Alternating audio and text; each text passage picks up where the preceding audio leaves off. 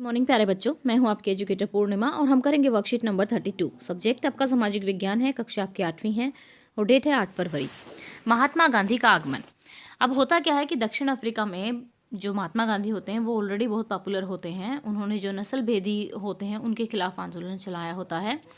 नस्ल भेद यानी कि जो रंग के आधार पर भेदभाव किया जाता है। दक्षिण अफ्रीका में नस्ल भेदी पाबंदियों के खिलाफ अहिंसक आंदोलन का सफलतापूर्वक नेतृत्व कर गांधी जी 1915 में भारत वापस आए। अब आपसे पूछा जाए गांधी जी कब भारत आए, ये आए 1915 में। ठीक है।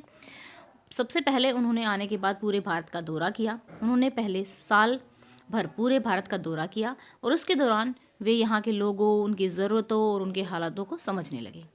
अब उनके जो शुरू में उन्होंने जो आंदोलन चलाए वो हैं चंपारण में नील सत्याग्रह। नील की जो खेती करने वाले किसान हैं उनकी हेल्प की। 1917 में खेड़ा के किसानों की हेल्प की। 1918 में जो अहमदाबाद मिल के वर्कर्स थे उनकी हेल्प की। 1919 से 1922 के बीच उन्होंने और भी बहुत सारे कई आंदोलन चलाए।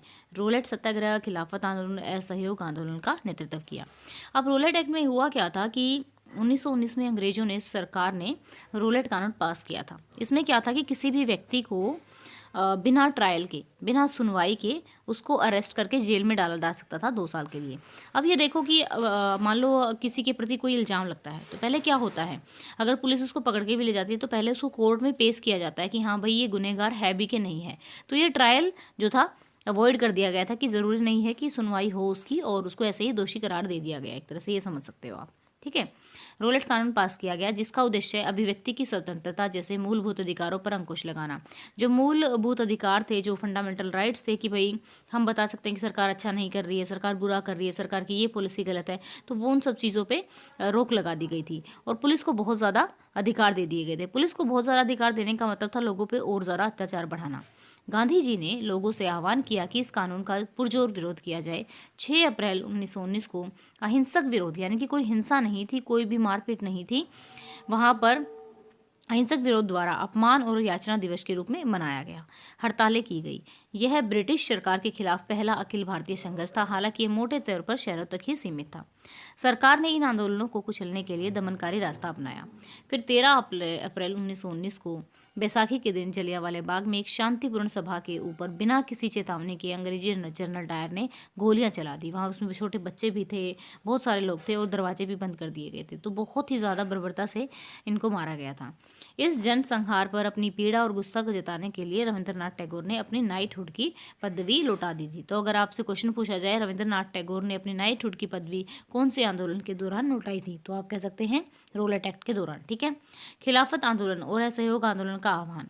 अब प्रथम विश्व युद्ध जो पहला वर्ल्ड वॉर होता है उसमें जो तुर्की होती है वो हार जाती है। तुर्की के जो सुल्तान होते हैं उसको पूरे विश्व के जो मुसलमान थे खलीफा मानते थे और जब उनके साथ बुरा व्यवहार किया गया तो सभी मुस्लिमों को बहुत बुरा लगा और ऊपर से फिर जलियांवाला बाग हत्याकांड के टाइम पे भारतीय मुस्लिम संधि से बहुत ही ज़्यादा आग बुला हो गए थे। खिलाफत आंदोलन के जो नेता थे मोहम्मद अली और शौकत अली ने अंग्रेजों के खिलाफ आंदोलन शुरू किया जिसका उद्देश्य था तुर्की के सुल्तान को वापस सारी शक्तियां वापस लौटाना। गांधी जी ने इस आह्वान का समर्थन किया और कांग्रेस से आग्रह किया कि वह भी पंजाब में हुए अत्याचार, जलियांवाला बाग और खिलाफत के मामले में हुए अत्याचारों के खिलाफ आवाज उठाए और स्वराज्य की मांग करे। तो चलिए बच्चों अब करेंगे पहला क्वेश्चन। 1915 में भारत आने के बाद गांधी जी के द्वारा किए गए कुछ स्थानीय आंदोलनों को लिखिए। तो यहाँ पे पहला क्वेश्चन हमारा है, पूरा लिखेंगे। उनके शुरुआती प्रिय स्थानीय आंदोलन चंपारण। ठीक है। फिर दूसरा है हमारा खेड़ा, तीसरा है अहमदाबाद। ये तीनों के तीनों लिखेंगे। ये यहाँ से शुरू होकर यहाँ तक आपका आंसर नंबर 1 है। ठीक है। आंसर नंबर 1 कर लेंगे। चलिए अब चलते हैं नेक्स्ट पे। यहाँ पे रोलेट कानून का भारतीय नेताओं ने विरोध क्यों किया था? क्योंकि यहाँ पे देखेंगे इस एक्ट में पुलिस को बहुत अधिक पावर दी गई थी या बहुत अधिक अधिकार दिए गए थे। ठीक है। ठीक है, दी गई थी। लोगों को बिना ही सुनवाई के जेल में डाला जा सकता था और अभिव्यक्ति स्वतंत्रता से अधिकारों पर अंकुश लगाया गया था, इसलिए भारतीय नेताओं ने इसका विरोध किया था। ये लिखेंगे। फिर नेक्स्ट क्वेश्चन है आपका, खिलाफत आंदोलन क्या था? इसके नेताओं के नाम लिखिए। खिलाफत आंदोलन क्या था? पहले विश्व युद्ध में तुर्की की हार के बाद तुर्की के सुल्तान को हटा दिया गया था। तुर्की के सुल्तान का सभी खलीफा मानते थे और खलीफा को वापस स्थापित करने के लिए खिलाफत आंदोलन चलाया गया था। मोहम्मद अली और शौकत अली इसके नेता थे। ठीक है, ये हो गया हमारा थर्ड क्वेश्चन। अब चलते हैं, गांधी जी ने असहयोग आंदोलन का आह्वान क्यों किया था?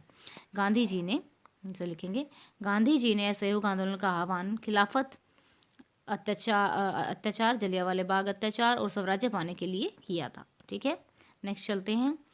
आपके विचार से गांधी जी ने खिलाफत आंदोलन का समर्थन क्यों किया था? क्योंकि ये मुस्लिमों का आंदोलन था, तो उन्होंने क्यों किया था ऐसा?